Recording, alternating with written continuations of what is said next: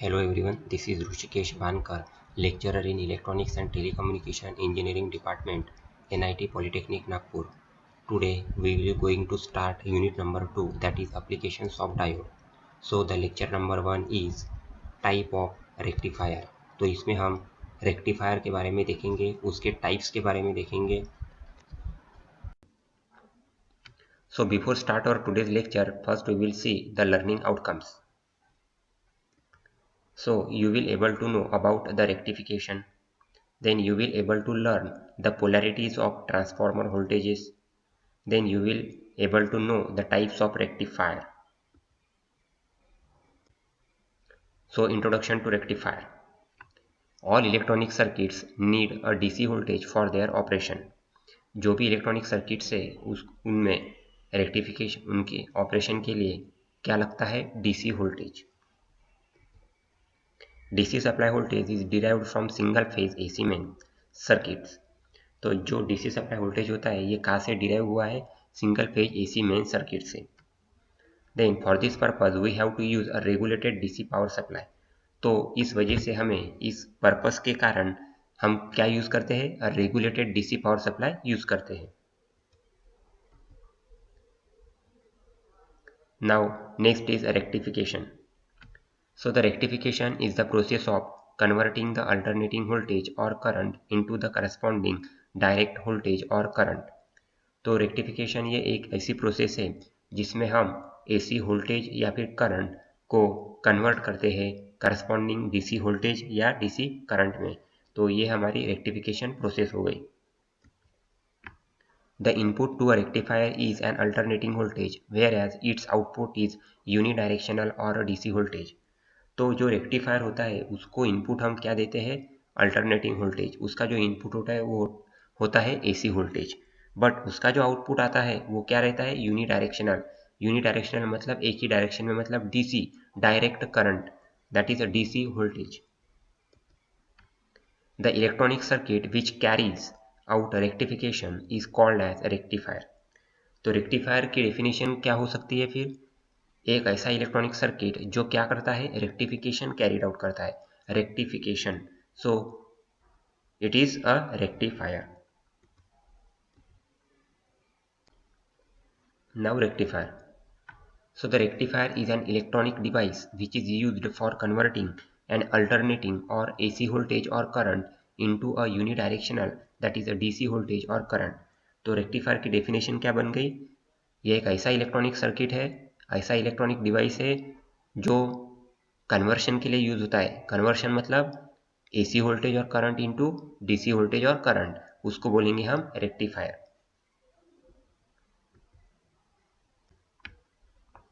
Block diagram है rectifier की. तो इनपुट है हमारा single phase AC supply. This is step down transformer. This is rectifier and this is output DC voltage. तो AC हमारा हमेशा इनपुट हमारा हमेशा एसी रहेगा और आउटपुट में हमें डीसी वोल्टेज मिलेगा. तो ये जो ट्रांसफॉर्मर है ये कौन सा ट्रांसफॉर्मर है? Step down transformer. Then this is the AC supply.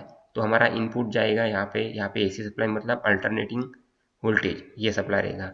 Then ये होगा हमारा स्टेप डाउन ट्रांसफॉर्मर. तो इसमें आउटपुट में क्या मिलेगा? स्टेप डाउन वोल्टेज मिलेगा, दैट इज एसी वोल्टेज. फिर यहाँ पे रेक्टिफायर. तो रेक्टिफायर क्या करेगा? एसी को डीसी कन्वर्ट करेगा. This is the rectified voltage. यहाँ पे जो आउटपुट रहेगा रेक्टिफायर का वो रेक्टिफाइड वोल्टेज रहेगा. तो देखो यहाँ पे पॉजिटिव हाफ साइकिल ही है, निगेटिव हाफ साइकिल नहीं है.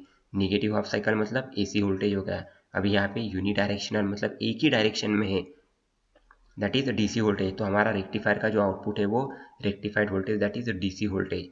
तो ये हमारा हो गया VO, that is DC voltage, output voltage of the rectifier. तो ये हो गया हमारा block diagram of rectifier. Then a step down transformer is used to reduce the AC mains voltage to an adequately small value. तो step down transformer का function क्या है? वो जो आउटपुट होता है, जो इनपुट होता है उसको स्टेप डाउन करते हैं. तो reduce the AC mains voltage to a small value.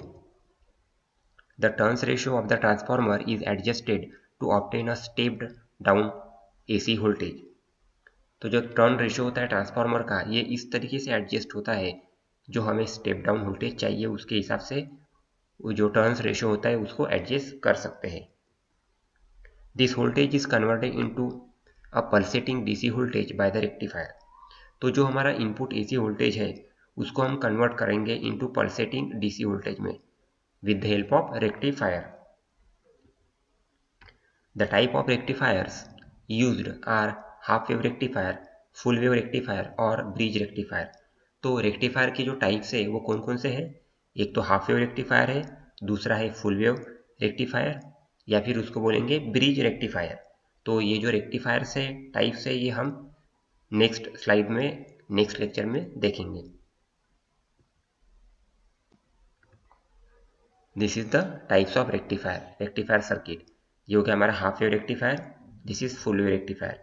Full wave rectifier के भी दो टाइप्स है, full wave rectifier with centre tapped transformer और फुल वेव ब्रिज रेक्टिफायर।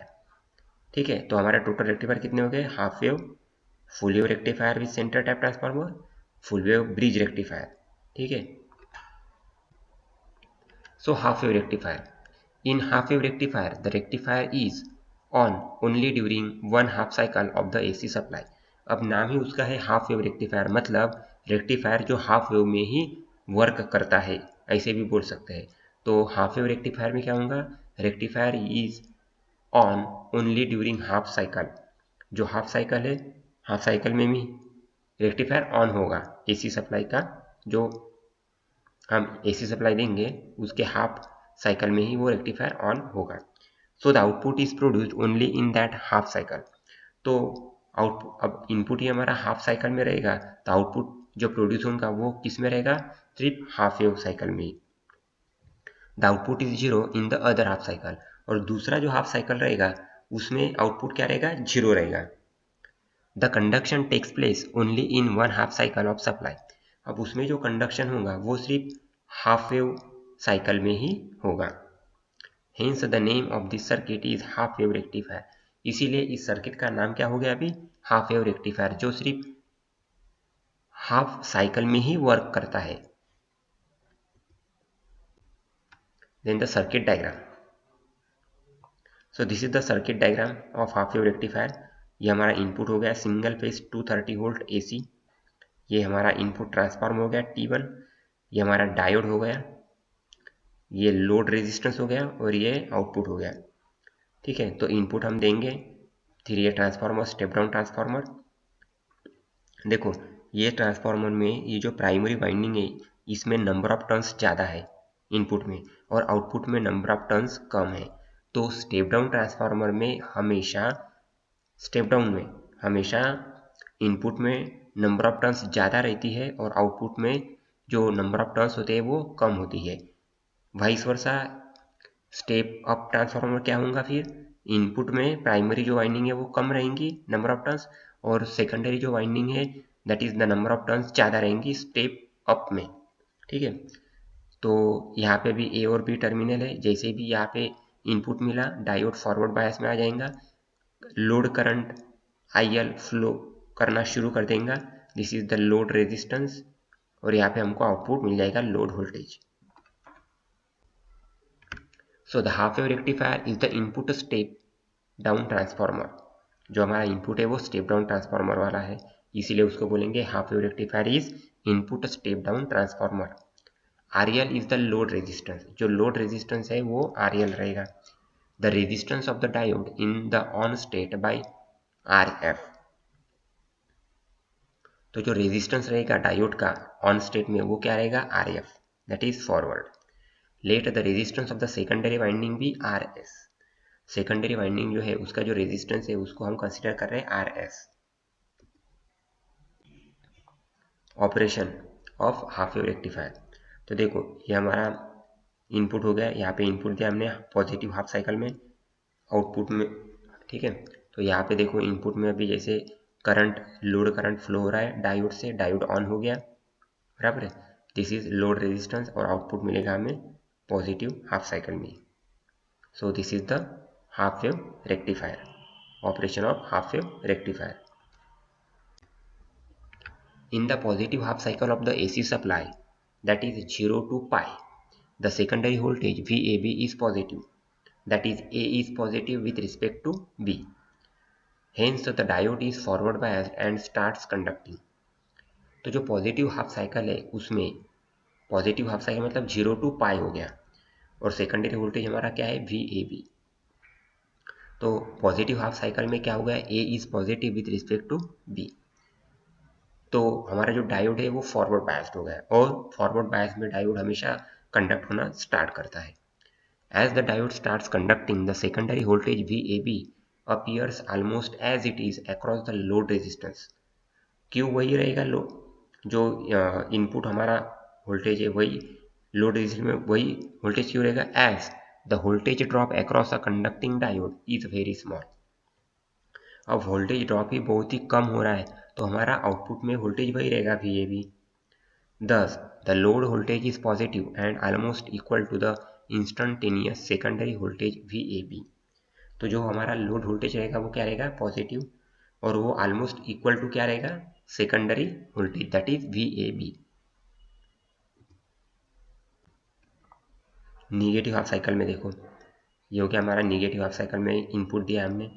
अब निगेटिव हाफ साइकिल में हमारा जो डायोड है वो ऑफ हो जाएगा क्योंकि डायोड पीएन जंक्शन डायोड है और पीएन जंक्शन डायोड हमेशा फॉरवर्ड बायस में ही वर्क करता है और रिवर्स बायस में कौन सा है जिनर डायोड फॉरवर्ड में भी और रिवर्स में भी वर्क करता है। बट पीएन जंक्शन डायोड जो है हमारा सिंपल डायोड वो सिर्फ फॉरवर्ड बायस में वर्क करता है। तो देखो यहाँ पे रिवर्स बायस हो गया, यहाँ पे जो डायोड था पोलैरिटी रिवर्स हो गई तो डायोड हमारा ऑफ हो गया और ये load resistance.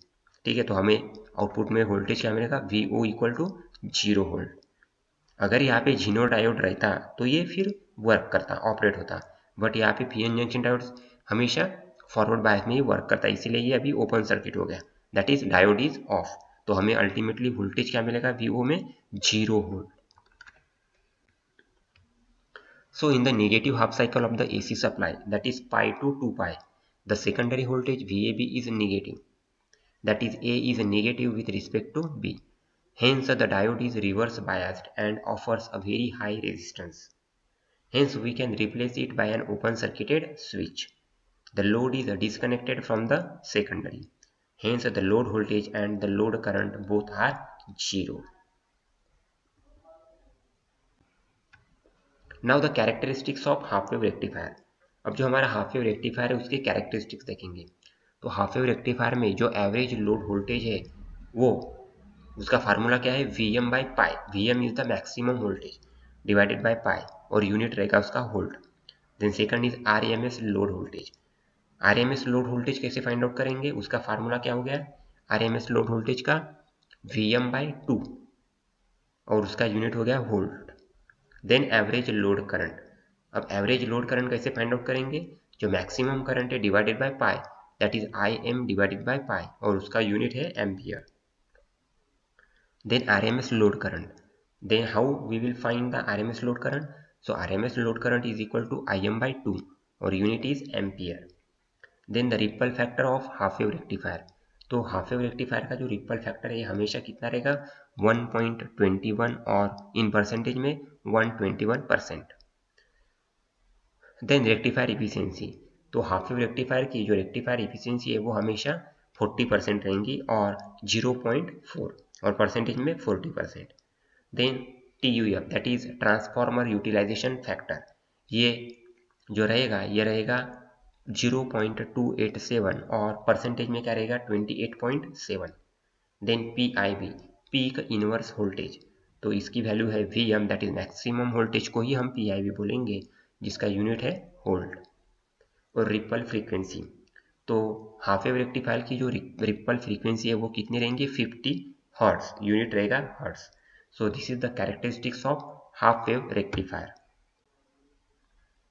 Then the programme outcomes.